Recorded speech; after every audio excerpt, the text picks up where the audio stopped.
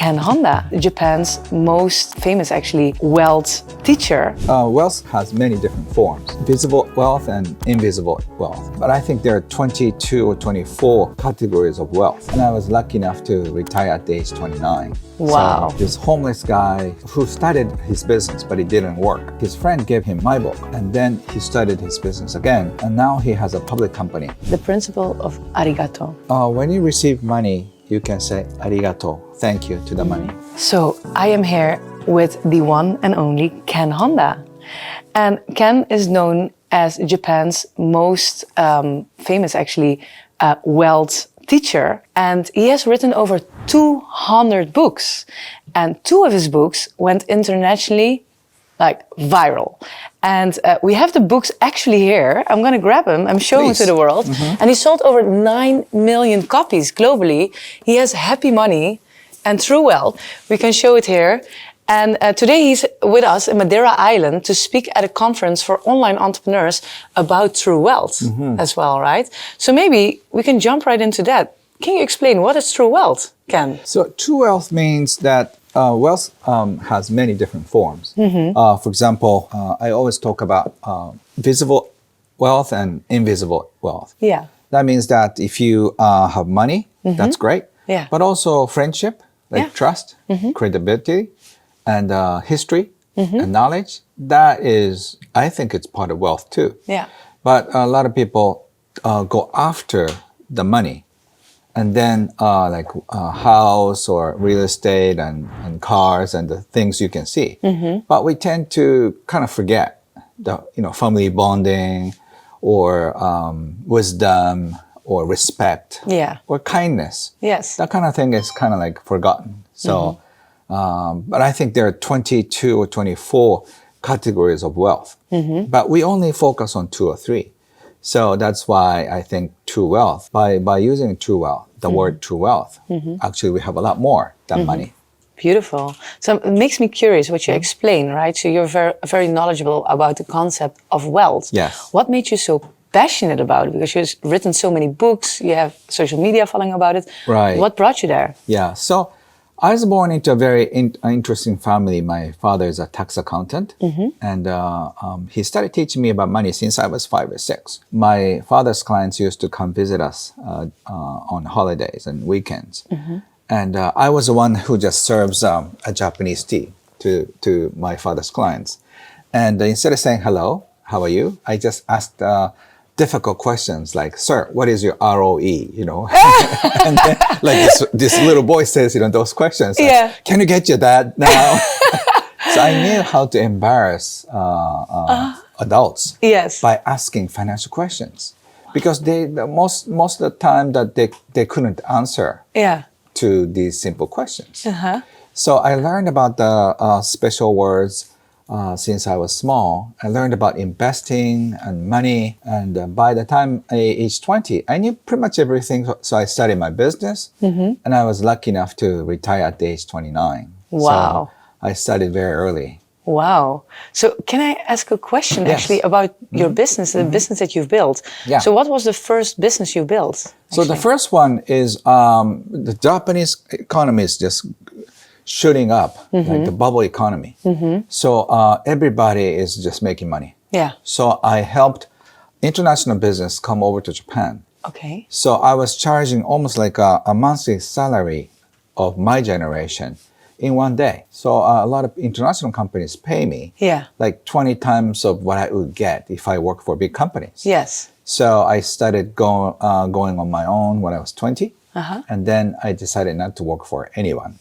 So I've never worked for anybody in my life, which is kind of unusual. Very unusual. Right. Wow. Yeah. So who helped you actually in this entrepreneurial journey? Because building a business, that takes, like all certain skills, technical skills as well. Right. Who was your mentor in that? So I had many mentors in my early 20s, and some of them are very influential people in Japan. So they introduced me to prime ministers and royal family members, and then at the age 22, who could get to dine with royal family members, right? So I could get many clients. And because they were so surprised, I was so young, but well connected. So I think they had this contract with me as a consultant in hope that they get my connections. So I could leverage on that. Yeah. So I was charging high numbers. Yeah. And then a lot of clients just came by referral. I didn't do any marketing. Amazing. So I became an expert on word of mouth marketing, Yeah. which was very useful when I started writing books. Yeah. Because I sold 9 million copies of my books by word of mouth. So I'm an expert on that. What? So, This was by word of mouth? yes. I didn't even realize that because I know you now for a while. Yeah. And I thought there was big marketing campaigns by it, but really word of mouth. That's Yes, amazing. because I believe in just from heart to heart. Yes. So instead of just advertising big, like books are sold that way. You know, even though you see it everywhere on the internet, I think the best marketing is word of mouth. Yes. So I helped my clients build businesses by word of mouth. So I applied that techniques into my business model as an author, Yeah. and later on as a speaker. So Amazing. yeah, that's how I built my business. Yeah, and you started speaking about your books, and it went organically. Yes. I already did an interview with you recently on an Instagram Live, Yes. right? And you told me the story on how you started writing. Right. And that also blew my... Every time I speak to you, by the way, I'm learning a little bit more about you. And it's really cool and fascinating to see how you build things. Right. Actually, almost unplanned and organically. So can you tell a little bit more about the story, how you started writing and why you started writing and what Right. happened by accident? Yes. Yeah. So during the 4 years of semi-retirement, I started my semi-retirement days when I was 29 and spent the entire 4 years for my baby girl. At the time she's 26, and she doesn't remember much of what I did. Yeah. I used to spend hours reading books for her and ask her casually, "Do you remember any of that?" And I said, "Sorry, Dad, I don't remember anything." But anyway, Yeah. so during the 4 years of semi-retirement, I came up with this idea of helping people. Because my friend asked me a very simple question: how come you can retire at the age 29 when people are getting serious about their work? I said, because I knew so much about money and investing. I started investing when I was 20. So that's this is what I did. So can you put me into writing? Which I did. So I came up with like 4 pages of essay on money. And then all my friends loved it and they wanted to read more. So I was very happy and I had nothing else to do besides changing diapers, which doesn't take much of a time. So I started writing 5 pages, 10 pages, and it ended up 26 pages. I thought I'd written it all. And I started giving away by stapling them. And then whoever I met for lunch, I just give it, "This is what I wrote. I hope you like it." And then by word of mouth, I didn't think about it intentionally. Yeah. It was just fun. Wow. I got many orders because it's free. I said, "Okay, I'm give you like 10 copies. You can copy them. It's a free. Wow. I don't have any copyright, right? Yeah. So just you can copy them." But they wanted to get it from me and sign too. Yeah. Okay, I had nothing else to do. Yeah. But one time I got sore hands by the stapling them. And my friend said, "Why don't you hire a printer?" Which I did. Yeah. So the guy came to my office and he asked me, and I showed him, "Okay, this is what I want to print." And I said, "Can you print 300? And he laughed. We don't do that small number. The minimum is 1,000. Like, I don't need 1,000. Yeah. But he said that's a minimum. So I was going to sign the contract, but he said, "Wait, sir, how about this?" And he had another sheet of paper, which really changed my life. He said, "If you print 3,000, the cost per one copy drops down to 10% or 50%. It's a good deal." Great, yeah. And then if you print 1,000, the cost is like 10 euros. And if you print 3,000, it's like 2 euros. Like, oh, okay, and I signed the contract. But he didn't intentionally tell me how many boxes. And 2 weeks later, 2 trucks came in front of my apartment. And then they asked my name. I thought neighbor is moving in. And then he was carrying so many boxes. And I was like, oh my God, what am I going to do? What did I do? So I just asked the driver to come back like half an hour and then put all the boxes into one room, which I emptied. Yes. And And I had to come up with a good excuse for my wife. When I walk back from my little walk, like somehow these boxes are here. It doesn't really work.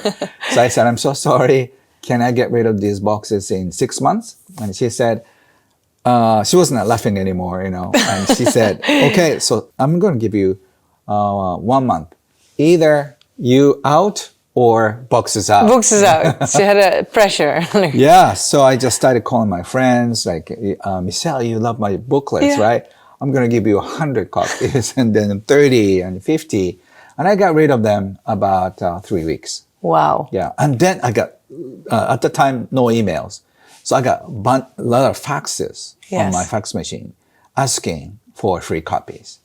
And I printed another 3,000. This time I was smart enough to hire a storage unit. Yeah. And then another 5,000. And by the time it went about 100,000 copies for a free copy, a publisher called me. And then the rest is history. Wow. Yeah. Wow. It's such a beautiful story. So organically, and when you do things really from the heart, yes. it will flow. Yes. That's very beautiful. And at the same time, I had this fun hallucination. What if I spend like $100,000 for a gift? What's going to happen? So I just came up with this idea. There's a Buddhism. There are many ways of offering. You can offer money. You can offer labor. You can offer your kind heart. You can offer wisdom. You can offer so many different things. And I thought, okay, if I just start offering my wisdom and my heart, what's going to happen? So, which I did. So this experiment still continues after 22 years. That's so beautiful. Really beautiful. So in this era, like there's many people now also who want to become an author. Right. Like the ebook industry is very, very large. You did it without a plan, right? And now you became a professional writer, unintentionally, but you have 200 books, so you cannot avoid it anymore. So for anyone now who wants to go into the industry of writing, what are 3 tips that you could give? I think you have to make sure the first one, which way the arrow goes. A lot of people, the arrow goes towards you, me. Buy my product, buy my service. So instead, the arrow has to go that way. How can I support? Yes. With my knowledge, with my heart, with my intention.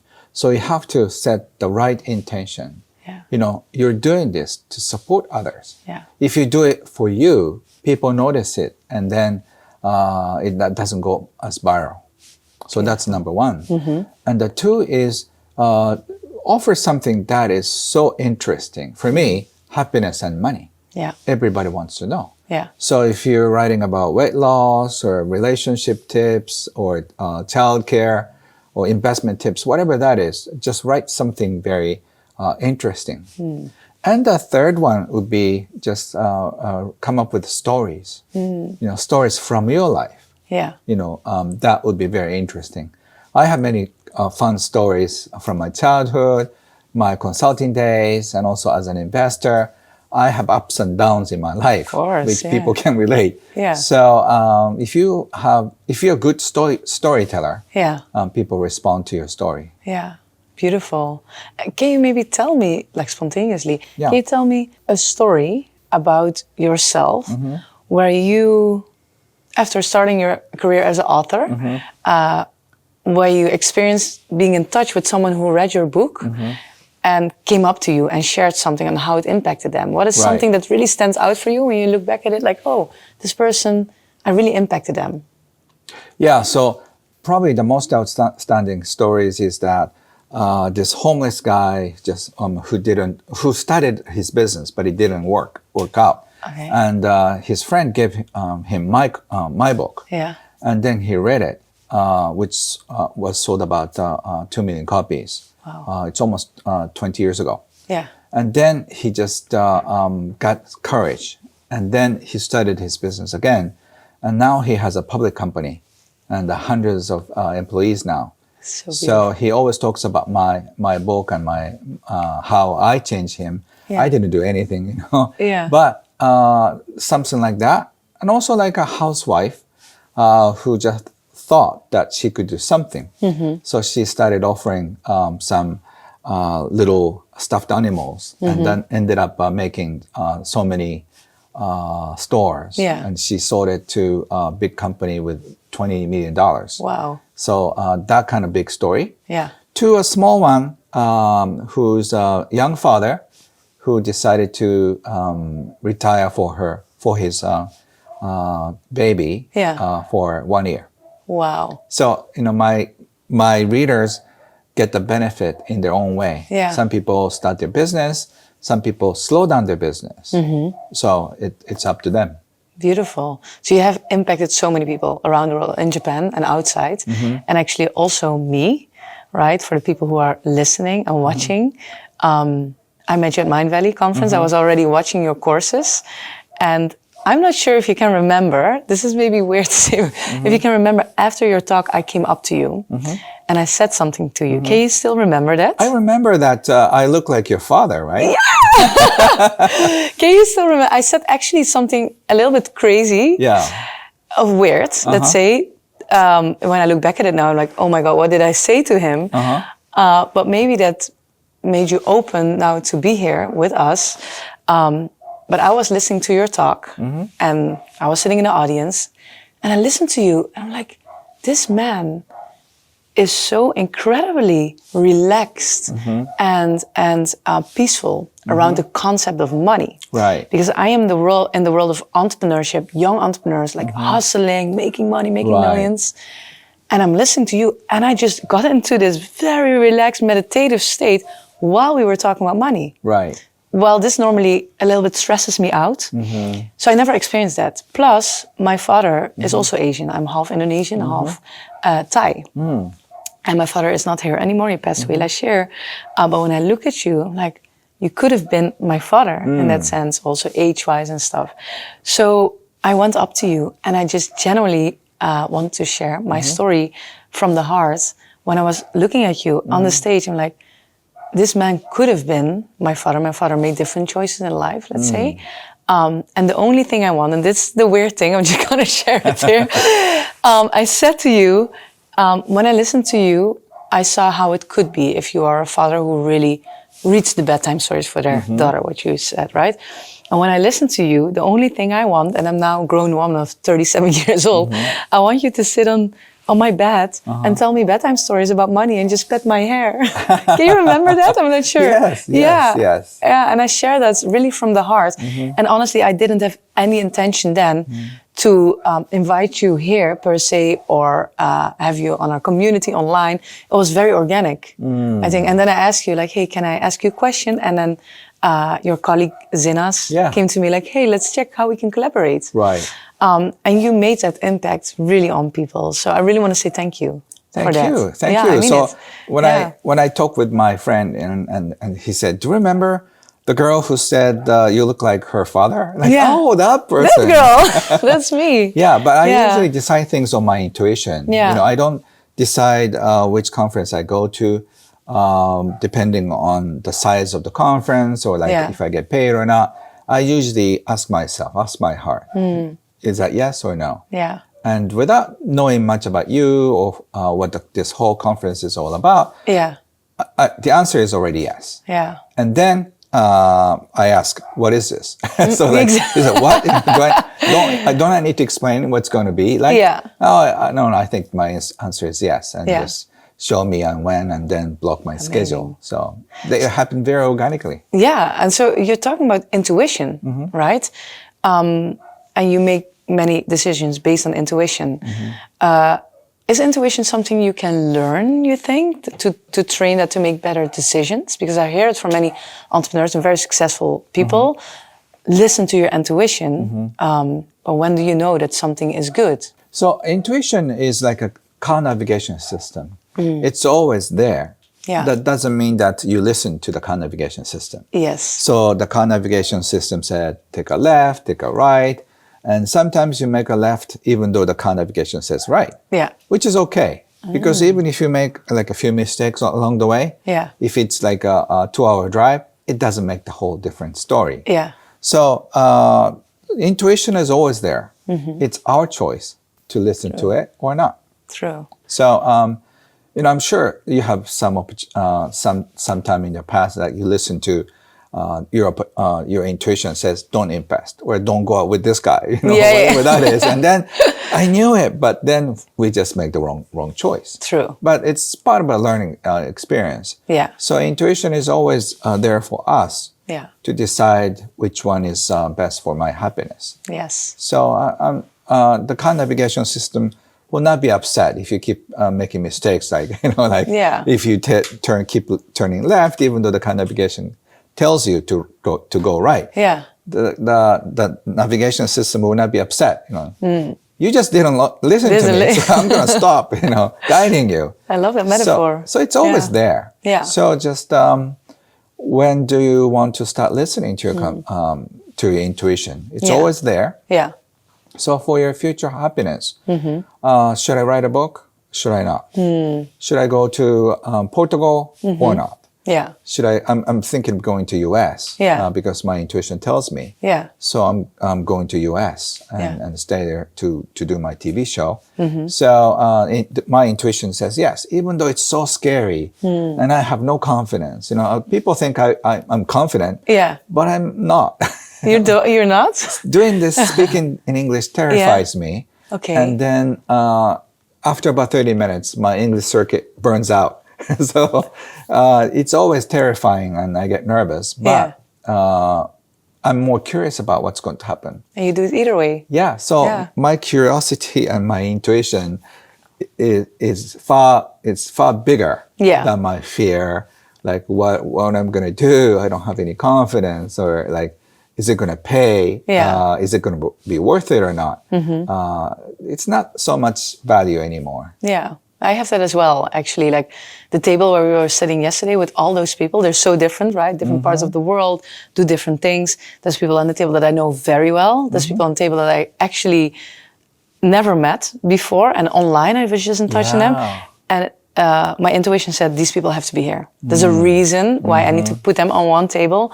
And magic will happen. Right. I'm sure. You have such an amazing skill. Thank you. As your father, I want to say, I'm so proud of you. Thank you. And I'm so grateful that you have the gift. And I think you're going to do more globally, not just Europeans. And I think you haven't really made the impact on Southeast Asia or East Asia, like Japan and China. Yeah. Yeah. But I have a feeling you're going to go global after this. Beautiful. Now you know me, and I'm connected with all the Asian leaders and movers and shakers. So you're going to expand to more of the Asian cultures because you have the roots there too. Exactly. And actually, when I'm in Asia, I feel also more connected, to be honest. So I would love that. Yeah, very beautiful. I hope I can support you in any way I can. I appreciate it. Because, and also there are lots of friends like me who are going to support what you do. Yeah. So I think you will be the initiator. Yeah. We need to have somebody who's going to say,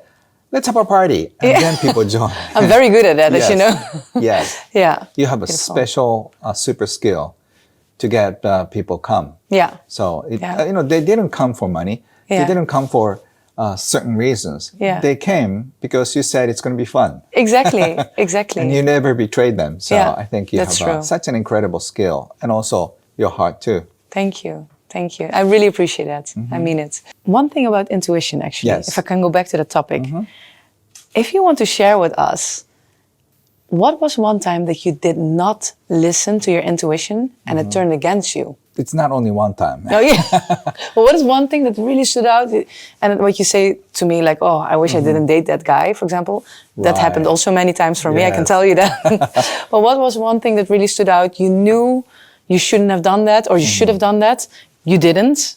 And So one time I thought this guy would make a great mentor because he is so charismatic, so much energy. And he seemed to have lots of money. I was in my 20s, so I wanted him to become my mentor. So I started learning with him. But I just found out he's a master of manipulating people. Ooh, there are, among all the wealthy people, there are some manipulators and people who do mind tricks on you. So I was manipulated for a while, and I was used, I was taken advantage of, and then I realized that I should not be with this person. But at the time, he seemed so charismatic And I thought if I was with him, my life is going to be great. So, and right now I know there are so many great mentors and also manipulators. So you really have to know the difference. Yeah. Yeah. So like some of the teachings that people do, they sound the same. So you just watch the archetype that they have.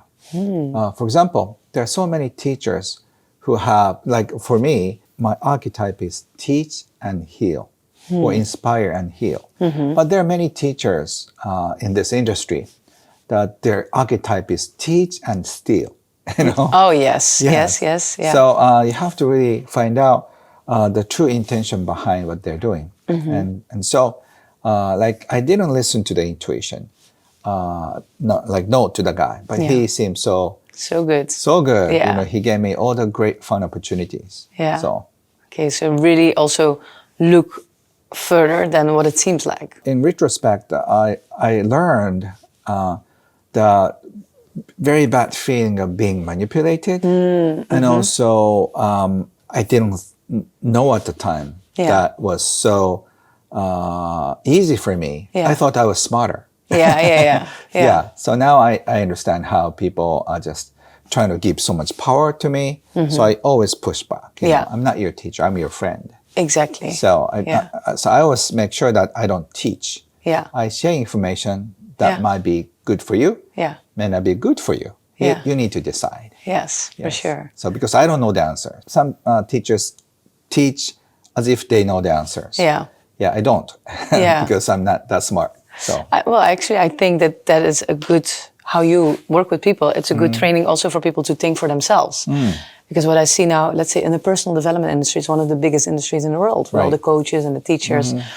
And I meet many people in those spaces who attend the conferences, who buy the courses, and they meet someone like you, and they clinch on it, and he knows all the answers. Right. But you share something that you've learned over the years, and you can take some nuggets from it, but it doesn't per se apply to them, but they can be inspired. Yeah. Right? And I think that's a very good point, what you just said, that always to be a little bit critical, because especially in this era, we get so much information.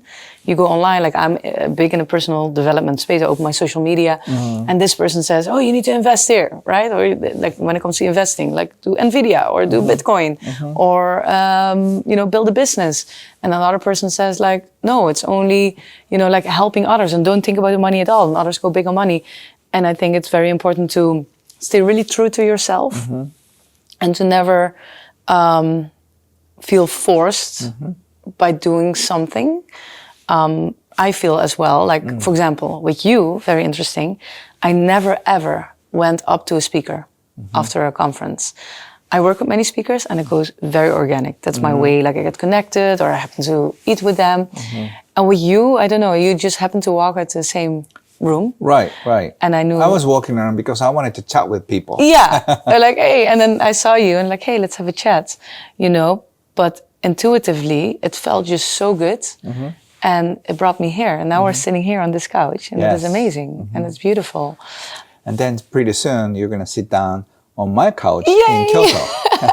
I'm so excited about that. Yeah. Maybe you want to tell people a little bit more about how you help people and the events that you do. Because you invite me now to your event. What do you do exactly with people there? Right. So I do a lot of events, sometimes from 400 to 2,500. Wow. Depending on the location. I have my retreat center. And so right now, I'm doing more of a smaller number so people can watch online as well. Yeah. So we limit usually to 400 people in the real chairs. And because it's easier to maneuver. Yeah. And also a few thousand people can watch online too. Very cool. So people who can afford to come and time-wise, people can be in this real room because it's more fun. But sometimes if your kids are small, if you have your parents, you have to, take care of them. You cannot be there, but you can still listen in, So I do events to help people transform their relationship with money or find their visions. So the other day I did a vision course in Hawaii. Which was fun. A lot of people from all over the world just fly into the healing island to receive our vision. beautiful. Yeah, so I do all kinds of things. I do writers retreat for people who have something in them, Yeah. but they're not really sure how to just organize them. Yeah. I've been doing this for 2 decades, so Yeah. I'm very good at facilitating what's inside, and then come up with 5 different chapters Yeah. and just help them organize as well. I would love to attend one of those. Yeah, it'll be I have fun. a question. I have an idea for a book, and also this podcast will contribute to that. And I would love to be there and have your guidance. It would be really, really cool. Yeah. So we're talking about a lot about mindset, like in this space, and I'm working with entrepreneurs, right? What is, when it comes to becoming successful in business and life, what are 3 mindset hacks you could give to people to always stay, let's say, grounded and focus on your vision? So first of all, you really have to know what you want. Yes. So some people just want to be Bill Gates or want to be Richard Branson, Yeah. but it's not happening, Yeah. We are born with a certain container with money and business. So some people are good with 5 people, some people good with 2,000 people. It's almost like destiny, and the people can grow. But, we have only certain years. I think the good time of life is from 25 years old to 55. If you can push it, 65. But like 30 years or 40 years, you only have those years. Yeah. And if you just keep busy with work, you have not much to, to enjoy. Yeah. So you really need to know how much time and energy you want to devote for a business, because in exchange you receive some money.